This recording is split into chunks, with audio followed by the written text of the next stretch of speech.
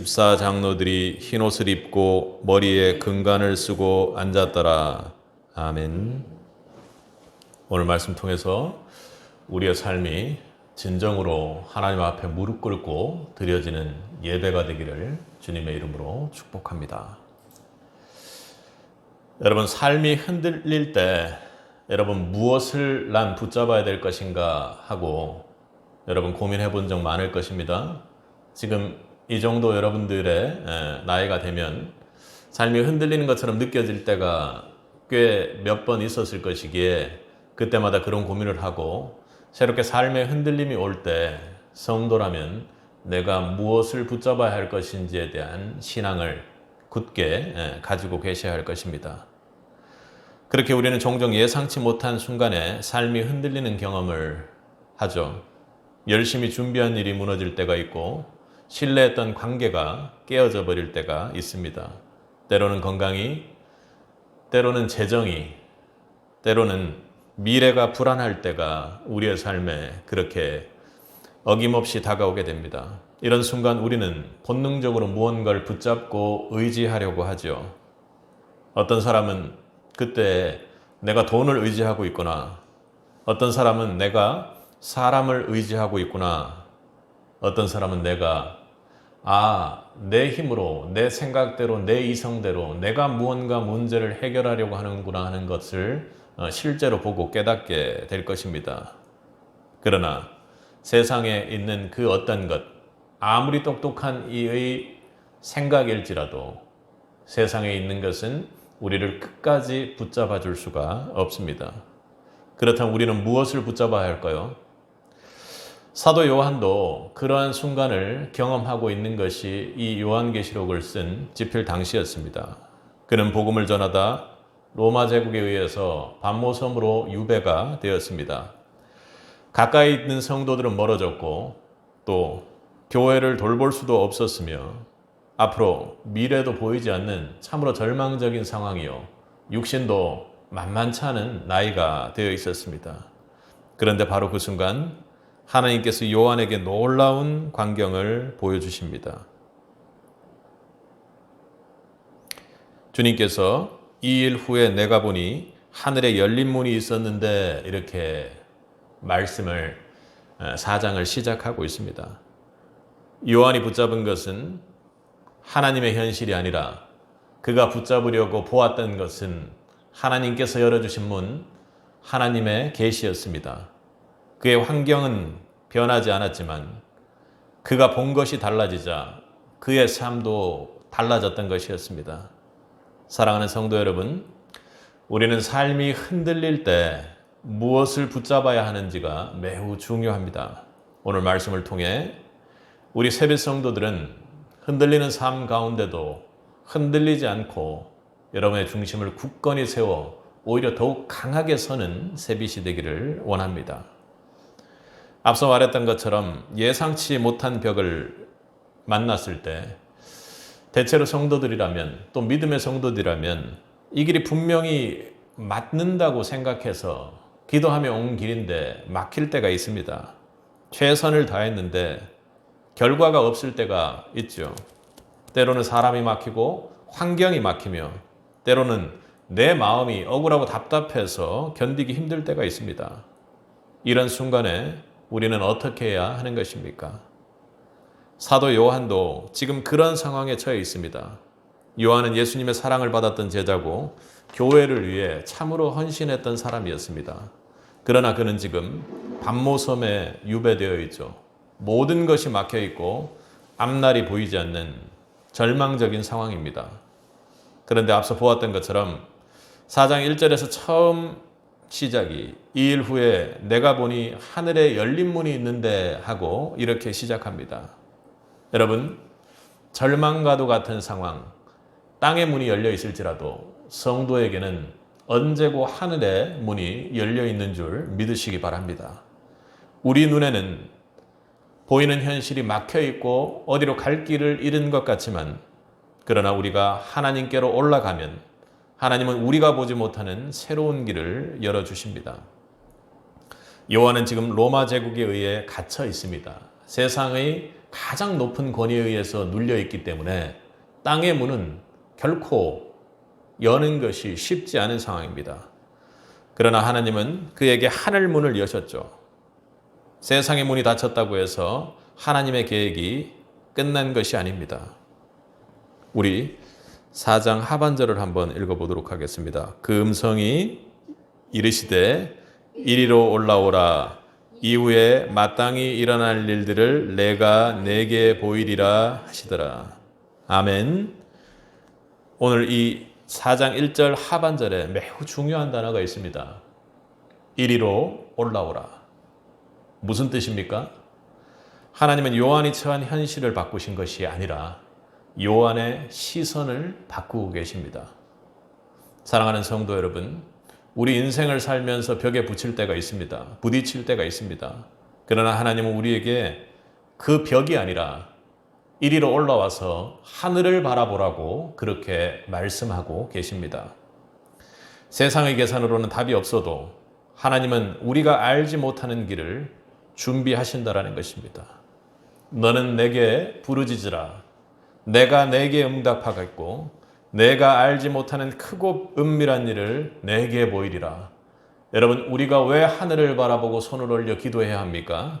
여러분, 기도는 여러분의 이 땅에서의 막힌 문을 여는 열쇠가 되는 것입니다. 사람을 바라보지 말고 환경을 바라보지 말고 하나님께 부르짖으십시오. 그러면 하나님께서 우리가 알지 못하는 크고 비밀한 길을 여러분께 열어주시고 보여주실 것입니다. 여러분, 요한이 하늘문을 그렇게 봤는데 그 하늘문을 바라보는 것이 무슨 소용이 있었습니까? 요한이 그 하늘문, 열린 문을 바라보았을 때 진정으로 보았던 것은 무엇이죠? 우리 4장 2절을 한번 보겠습니다. 내가 곧 성령의 감동이 되었더니 보라, 하늘에 보좌를 베풀었고 그 보좌 위에 앉으신 이가 있는데, 요한이 하늘을 바라보았을 때 가장 먼저 보인 것은 그것은 바로 하나님의 보좌였습니다. 보좌에 앉으신 하나님이었습니다. 여러분, 이것이 중요한 이유가 있죠. 보좌는 단순한 장식으로 멋지게 보이기 위해서 세워놓은 것이 아닙니다. 성경에서 보좌는 하나님이 여전히 주권자이시고 하나님이 창조주이시며 모든 것을 다스린다라는 것입니다. 우리는 어려움에 닥칠 때 종종 문제가 우리를 지배하는 모습을 보게 됩니다. 그러나 성경은 지금 우리에게 이야기합니다. 하나님의 다스림을 바라보라는 것입니다. 우리가 하늘문을 바라볼 때 하늘문을 열렸구나, 막연히 하나님께 눈을 올려 있는 그 모습의 상태가 아니라 하늘 보좌를 직접 눈으로 보기를 바란다라는 것입니다. 하나님이 지금도 일하고 계신다. 하나님이 여전히 내 삶을 다스리고 계신다라는 그 천지창조의 원리와 하나님이 모든 만물을 주관하시고 섭리하신다는 그 하나님의 다스림의 원리요. 이것을 깨닫는 순간 우리는 현실 속에서도, 어려운 현실 속에서도 시선이 변하게 됩니다. 그러나 중요한 것은 보좌를 바라보는 것 자체가 아니라 그것을 우리가 중심으로 삼는 것입니다. 그것을 이어 다음 메시지에 한번 살펴보도록 하겠습니다. 이사야 6장 1절에서는 우시아 왕이 죽던 해에 내가 본즉 주께서 높이 들린 보좌에 앉으셨는데, 이렇게 이야기하고 있습니다. 우시아 왕이 죽었습니다. 정치적으로 경제적으로 나라가 흔들릴 때였습니다. 그러나 이사야가 본 것은 땅의 위기가 아니라 주께서 높이 들린 보좌에 앉아 계신다라는 것을 이사야는 보았던 것입니다. 사랑하는 성도 여러분, 우리도 지금 마찬가지죠. 우리나라가 정치적으로 또 경제적으로도 한 번도 경험해보지 못한, 참으로 나라 전체는 부국해지는데 민초들의 삶은 힘들어지고 있고, 또 그리고 정치적으로도 매우 갈등을 겪고 있는 그런 시대에 와 있습니다. 그런데 흔들릴 때가 아니라 성도라면 높이 들려 계신 하늘 보좌에 계신 주님을 바라볼 수 있어야 하는 것입니다. 내 삶이 지금 흔들려도, 내가 기대했던 일들이 일어나지 않는다 하더라도 여전히 살아서 하나님은 역사하시고 보좌에 중심을 잡으시고 앉아 계시며 다스리고 계신다라는 것입니다. 아멘. 그분이 다스리고 계신다면 성도된 우리는 두려워할 이유가 없는 것입니다.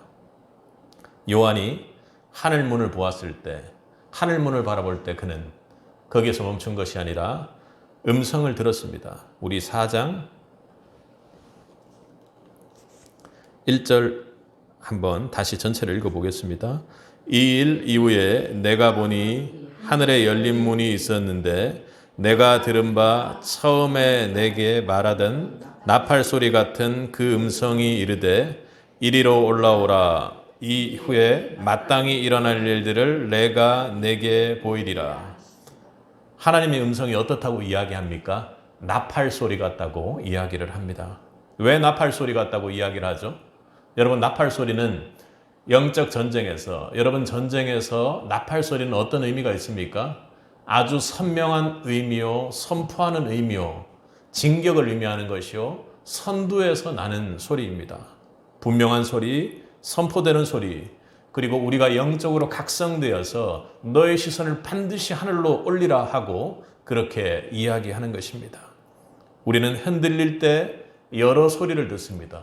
그러나 성도된 여러분, 하나님의 나팔 소리를 들을 수 있길 바랍니다. 세상의 소리, 사람들의 소리, 그리고 내 마음속에서 사단이 공격하는 소리들은 우리를 불안으로 이끌고 우리를 흔들리게 만듭니다. 그런데 중요한 것은 우리가 바로 하나님의 나팔 소리, 하나님의 음성을 들어야만 한다는 것입니다. 성경에는 사람의 소리를 들어 흔들렸던 사람들의 모습이 참 많이 나타납니다. 그리고 하나님의 일을 해내지 못하는 경우들이 참 많죠. 대표적인 사람이 사울 왕입니다. 사울 왕이 사무엘상 15장 24절에서 이렇게 이야기를 합니다. 사울이 사무엘에게 이르되 내가 죄를 범죄하였나이다. 내가 여호와의 명령과 당신의 말씀을 어긴 것은 내가 백성을 두려워하여 그들의 말을 청종하였음이니라.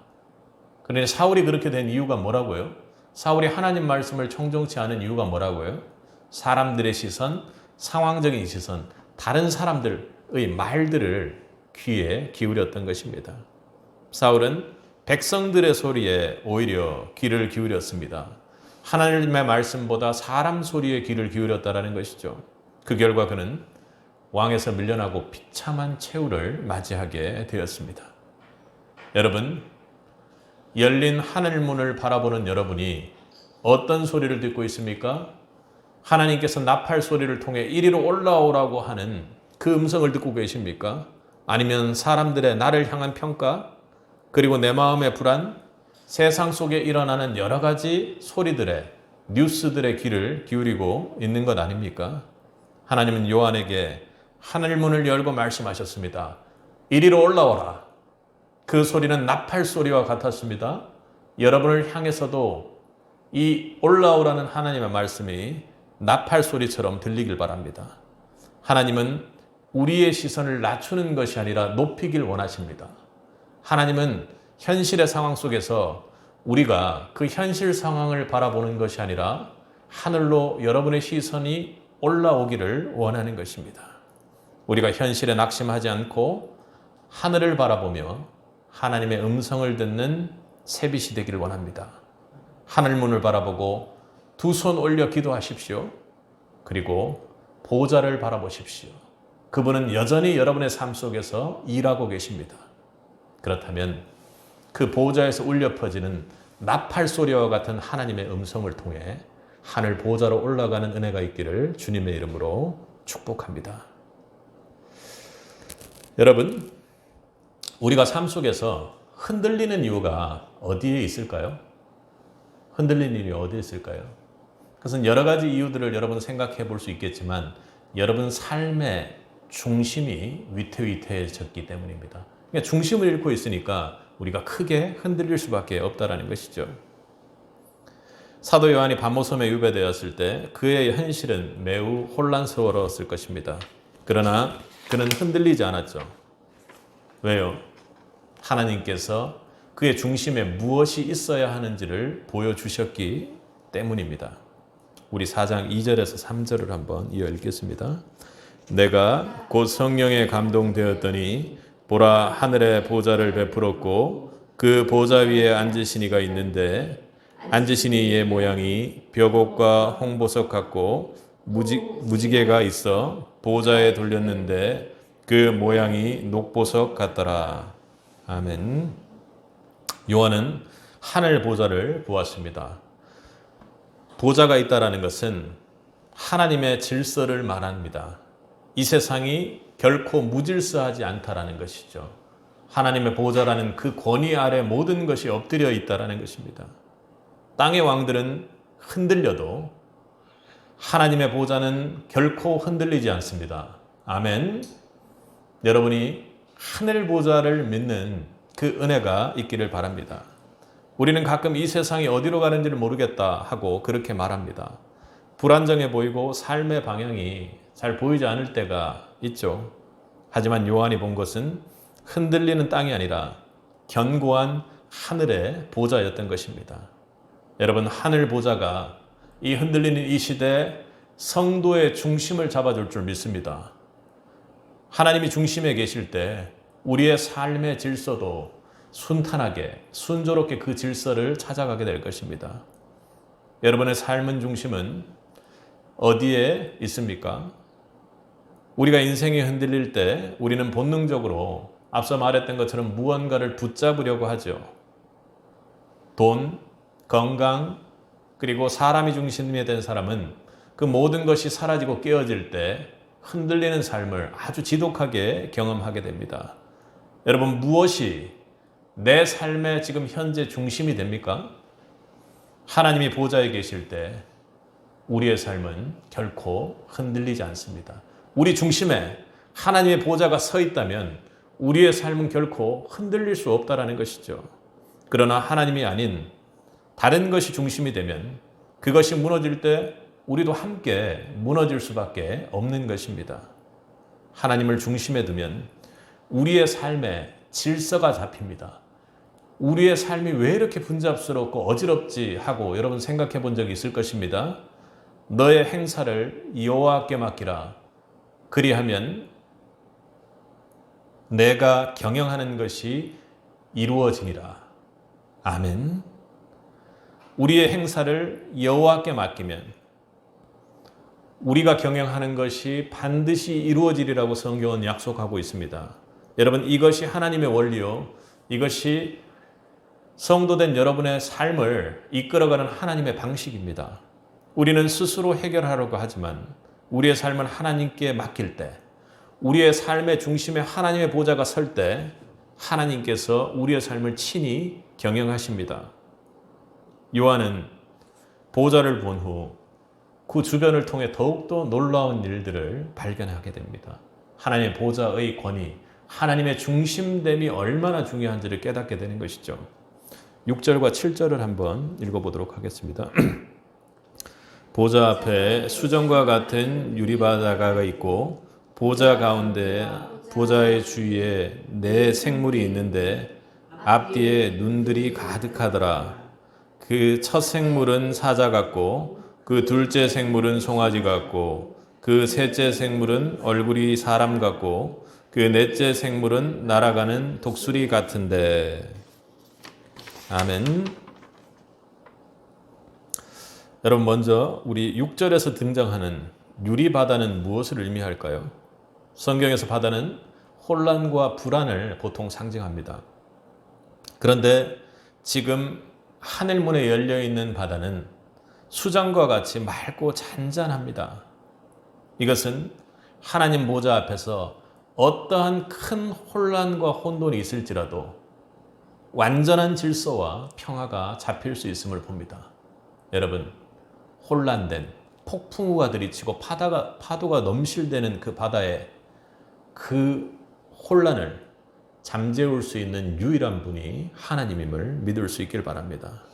여러분, 땅에서는 지금도 매우 혼란스러운 일이 벌어지고 있지만 하나님이 다스리는 하늘에서는 흔들림이 없습니다. 그리고 또 네 생물이 등장하죠. 사자는 왕권과 권위를, 그리고 송아지는 가축이죠. 섬김과 인내를, 사람의 얼굴은 사람에게 주신 하나님의 지혜와 이성을 말합니다.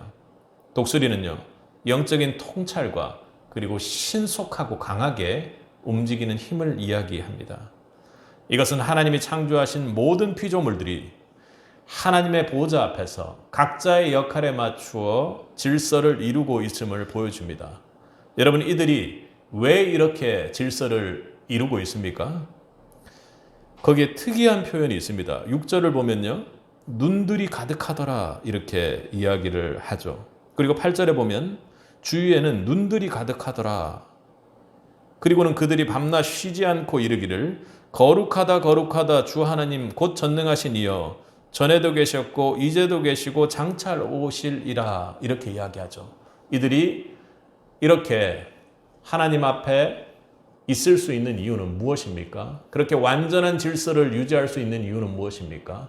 그들이 하나님을 중심에 두고 하나님 보좌 곁에서 하나님을 예배하는 삶을 살고 있기 때문입니다. 세상은 혼란스러워 보이죠. 그러나 하나님 보좌 앞에서는 모든 것이 자기 자리를 찾습니다.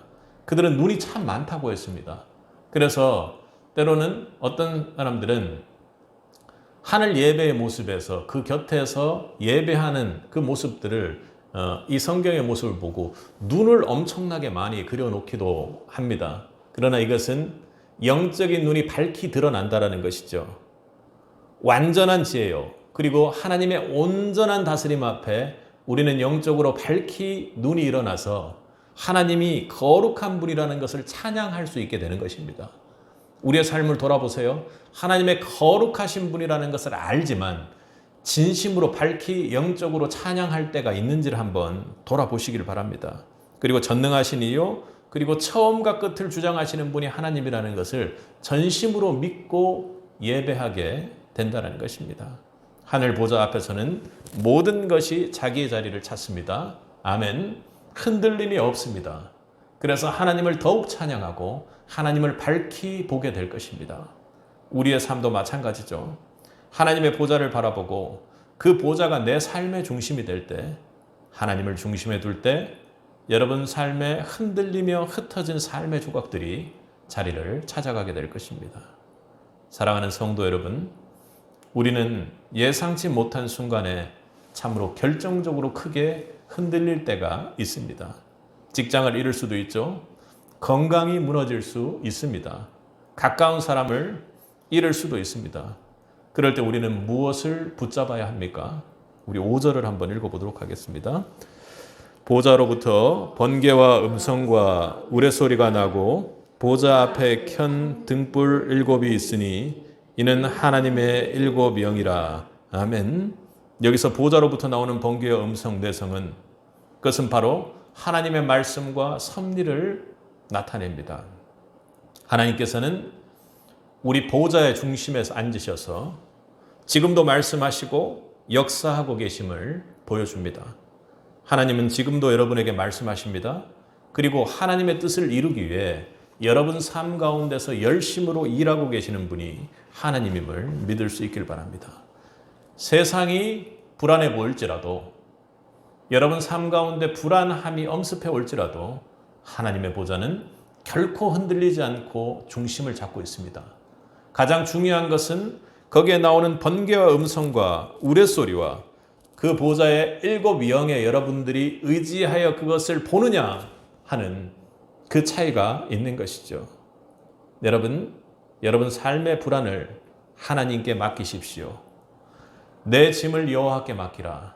그가 너를 붙드시고, 여러분이 모든 것을 내려놓고 하나님 보좌가 여러분 중심에 있고 그 보좌의 중심에서 나는 하나님의 말씀을 보고, 그리고 하나님께서 지금도 열심으로 다스리고 일하고 계신다는 것을 믿는다면, 성령을 통해 성령을 붙잡고 믿는다면 하나님께서 여러분을 붙들어 주실 것입니다.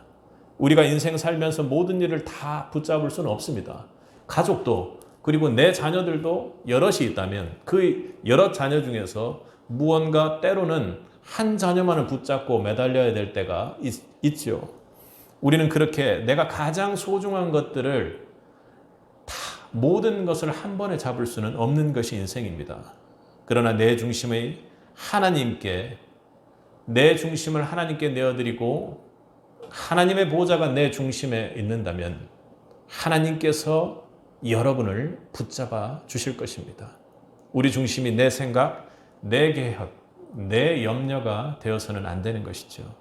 그 모든 것들을 내려놓고 내 삶의 보좌에 하나님께서 앉으실 수 있도록 여러분 그 자리를 내어드리십시오. 여러분 중심의 보좌에 지금 누가 앉아 있습니까? 사랑하는 성도 여러분, 여러분 삶이 혹 지금 무너지고 있다고 생각된다면 여러분이 붙잡고 있는 것이 무엇인지 돌아보십시오. 여러분 중심에 하늘 보좌가 아닌 이 땅의 내 중심이 거기에 떡하니 앉아 있는 것은 아닙니까? 여러분 우리의 손으로 우리의 인생을 결코 인도할 수 없으며 흔들리는 삶을, 흔들리는 파도를 막을 수 없다는 것을 꼭 기억하시기 바랍니다. 하나님을 여러분 삶의 중심에 두십시오. 그것을 넘어 여러분 영혼의 중심에 하늘 보좌가 강력하게 앉아 있기를 주님의 이름으로 축복합니다. 그러면 여러분 성도의 삶의 질서가 회복될 것입니다. 지금 여러분 마음속에 하나님께 자리를 내어드리는 믿음의 결단이 있기를 주님의 이름으로 축복합니다. 아멘.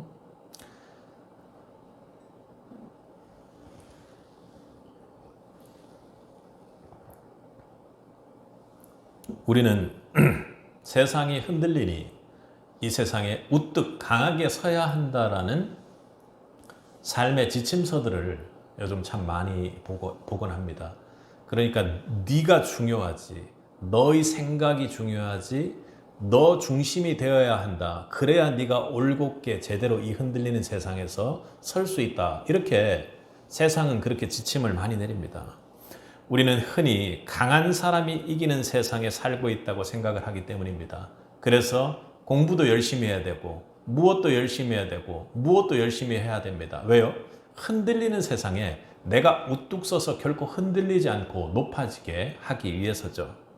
그러나 성경은 전혀 다른 원리를 가르쳐 줍니다. 많은 돈을 가진 사람, 권력을 가진 사람, 지식을 가진 사람이 강한 사람이라고 이야기하지 않습니다. 성경은 하나님 앞에 무릎 꿇는 자가 강한 사람이라고 그렇게 이야기를 합니다. 사도 요한이 본 하늘의 모습에서도 이 원리가 그대로 나타납니다. 요한은 하늘 보좌 앞에서 24장로들이 하나님께 엎드려 경배하는 장면을 보게 됩니다. 우리 9절부터 10절까지를 한번 읽어보겠습니다. 그 생물들이 보좌에 앉으사 세세토록 계시는 이에게 영광과 존귀와 감사를 돌릴 때 24장로들이 보좌에 앉으신 이 앞에 엎드려 세세토록 살아계시는 이에게 경배하고 자기의 간을 보좌 앞에 엎드리며 이르되. 앞서 그 4절을 한번 보겠습니다. 또 보좌에 돌려 24보좌들이 있고 그 보좌들 위에 24장로들이 흰옷을 입고 머리에 금관을 쓰고 앉아 있는 장로들의 모습을 표현했습니다. 그런데 모든 이들이 하나님께 예배하기 시작하자 24장로들이 어떻게 해요? 관을 보좌 앞에 드리며 경배하고 있는 모습입니다. 여러분 24장로는 구약의 12지파와 신약의 12사도를 대표하는 존재들입니다. 그러니 바꾸어 말하면 하나님의 백성을 상징하는 자들입니다. 백성의 대표라고 하긴 그렇고 백성을 상징하는 자들입니다. 그런데 그들이 하나님 앞에서 어떻게 모습을 보이죠? 앞서 비교해서 보여드렸듯 관을 쓰고 앉아있는 모습에서 하나님께 예배할 때 어떻게 했습니까? 보좌 앞에 엎드리고 자기의 관을 내려놓습니다. 관은 무엇이죠? 왕관입니다. 명예입니다. 권위입니다. 왕관은 자신이 가진 모든 영광과 권위, 업적, 성취를 말합니다. 그런데 그들이 어떻게 합니까? 그것을 하나님께 예배할 때는 내려놓았습니다. 왜일까요? 모든 영광과 존귀와 권능이 오직 하나님 한 분께만 있기 때문입니다. 여러분, 이것이 바로 참된 강한 모습입니다. 우리가 이 땅에서 어떤 영광과 어떤 권위와 어떤 업적과 어떤 성취와 어떤 재물을 모아서 모든 것이 왕과 같이 관을 쓰고 있을지라도 하나님 앞에 그 모든 것을 내려놓는 것이 참된 강한 자의 모습입니다. 흔들림 속에서 그 관을 내려놓지 못하는 사람들은 결코 이 흔들림 속에서 진정으로 강한 자로 우뚝 설 수 없는 것입니다. 우리는 내 힘으로 살아가려 하지만 성경은 지금 관을 내려놓고 하나님께 경배하라고 얘기합니다. 무릎 꿇는 자가 가장 강한 사람이라고 이야기하는 것이죠. 흔들리는 시대 참된 강함은 우리의 모든 관을 내려놓고 하나님 앞에 엎드리는 자일 줄로 믿습니다. 우리는 경배를 드린다, 예배를 드린다 이렇게 이야기를 많이 하죠. 오늘 주일도 예배를 드린다고 합니다. 그리고 이 예배는 좋았다, 그리고 별로였다, 그리고 예배가 참 대단했다 하며 이렇게 평가를 합니다. 그러나 진짜 예배는 내가 중심이 되는 예배가 아니라 하나님께서 중심이 되는 예배입니다. 내가 높아지는 예배가 아니라 하나님을 높이는 예배가 돼야 합니다. 진정으로 하나님을 예배한다는 것은 내 것을 붙드는 것이 아니라 내 것을 내려놓는 것입니다. 오늘 본문의 24장로는 진정한 예배 때 우리가 가진 것이 아무리 높은 것이라 할지라도 우리가 어떻게 해야 될지, 이 시대에 우리가 어떻게 하나님을 경배해야 될지, 이 시대에 우리가 어떻게 우뚝 서야 할지를 보여주는 참 교훈을 주고 있는 것입니다. 24장로들이 자기의 높은 모든 관, 자기 신의 모든 업적들을 내려놓을 때 그것은 단순한 행위가 아니라 바로 영적인 고백이요 신앙의 참된 예배였습니다. 우리 11절을 한번 읽어보겠습니다. 우리 주 하나님이여 영광과 존귀와 권능을 받으시는 것이 합당하오니 주께서 만물을 지으신지라 만물이 주의 뜻대로 있었고 또 지으심을 받았나이다. 아멘. 여러분, 하나님은 창조주십니다. 여러분이 믿는 하나님은 모든 것을 만드신 창조주이시죠. 모든 것이 그분으로부터 왔고 그분의 뜻대로 존재합니다. 그러므로 우리가 가진 모든 것도 우리의 것이 아니라 하나님으로부터 온 것이죠. 우리가 신앙이 어릴 때는 이 모든 것이 자연스럽게 믿어집니다. 그러나 신앙의 연차가 길어지면 길어질수록 우리는 우리가 가지고 있는 관이 머리를 들고 하나님을 공격하기 시작합니다. 관을 결코 내려놓지 않고 관을 쓰고 그 관을 붙들고 하나님 앞에 예배하는 우리의 참으로 허탈한 예배의 모습을 보게 됩니다. 그러나 사랑하는 성도 여러분, 오늘 본문의 24장로의 모습처럼 하늘 예배 앞에서 모든 것을 내려놓고 하나님 앞에 예배드리는 24장로의 모습이 우리 세빛의 예배가 되기를 주님의 이름으로 축복합니다. 내가 가지고 있는 지위와 명예를 내려놓고 내가 지고 있는 내 계획과 욕심을 내려놓고 하나님, 모든 것이 주님으로부터 왔습니다. 저는 어떤 것도 할 수 없습니다 하고 고백하는 예배가 되어야 할 것입니다. 이게 진정한 예배요. 그러한 예배가 하나님을 영화롭게 하는 예배가 될 것입니다. 성경 속에서 강하다고, 성경 속에서 하나님께 쓰임받은 리더들은 하나님 앞에 엎드렸습니다. 그들의 모든 공통점은 하나님 앞에 엎드린 것이죠. 모세도 하나님 앞에 엎드렸습니다. 우상 숭배를 하고 두 번째 십계명을 받으러 갔을 때 모세는 하나님의 자비로움과 긍휼 앞에 그 몸을 낮추고 엎드렸습니다.